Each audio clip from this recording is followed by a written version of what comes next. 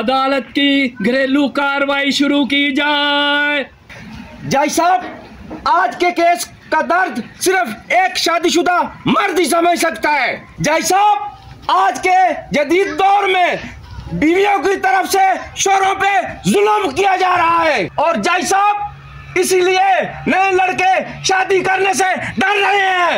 जय साहब, बीवी एक नाजुक मिजाज हस्ती, वो भी किसी पर जुल्म कर सकती है। हाँ, वो भी जुल्म कर सकती है।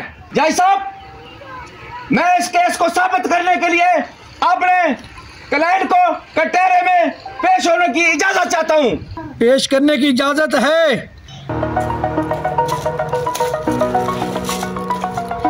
हाँ तो मिस्टर चीमा, आप बताएं कि शादी के बाद आपकी जिंदगी कैसे गुजर रही है। हाँ जय साहब, मैंने जब से शादी की है मेरी जिंदगी अजाब बन चुकी है। जय साहब, मैंने जब से शादी की है घर के सारे काम मैं करता हूँ, कपड़े मैं धोता हूँ, बर्तन मैं धोता हूँ।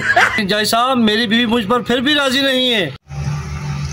मिस्टर चीमा, और मजीद बताइएगा।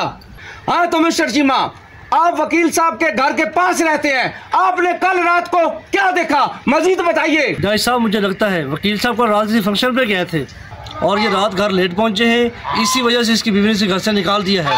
इन्होंने पूरी रात घर से बाहर गुजारी है। जय साहब, मुझे ये बताया जाए कि मेरे घर की बातें यहाँ पे क्यों डिस्कस कर रही हैं? चुप कर जाओ तुम्हें शर्म नहीं आती? इतनी ज़लील जिंदगी गुजार रहे हो।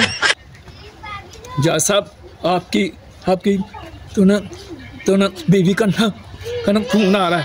उसको बोलो मैं लेट आऊंगा।